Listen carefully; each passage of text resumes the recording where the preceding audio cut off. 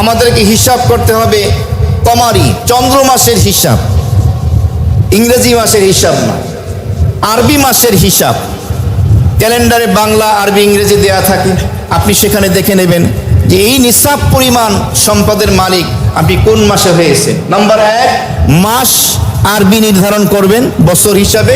দ্বিতীয় নম্বরে হলো তারিখ নির্ধারিত হতে হবে জাকাতের হিসাব সঠিকভাবে বের হওয়ার জন্য।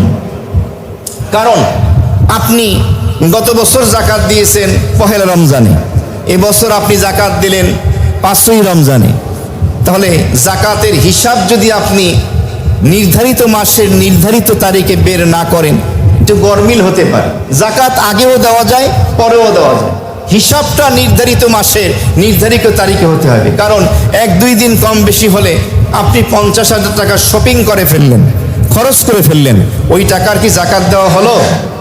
জাকাতের হিসাব আপনি ডায়েরিতে লিখে রাখবেন যে অমুক মাসের অমুক তারিখে আমার বছরের জাকাতের হিসাব আমি বের করব। কখনো ভুলে গেলে খেয়াল করবেন যে এই কয়দিনে আমার কয় টাকা বের হয়েছে।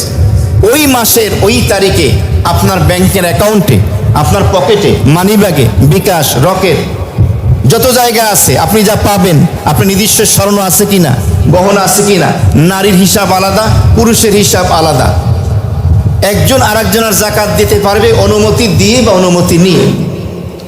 হিসাবটা বের করুন, এরপরে আপনি সারা বছর বসেও দিতে পারেন, আগেও দিতে পারেন, পরেও দিতে পারেন, কিন্তু জাকাতের হিসাব সঠিকভাবে আপনাকে বের করতে হবে।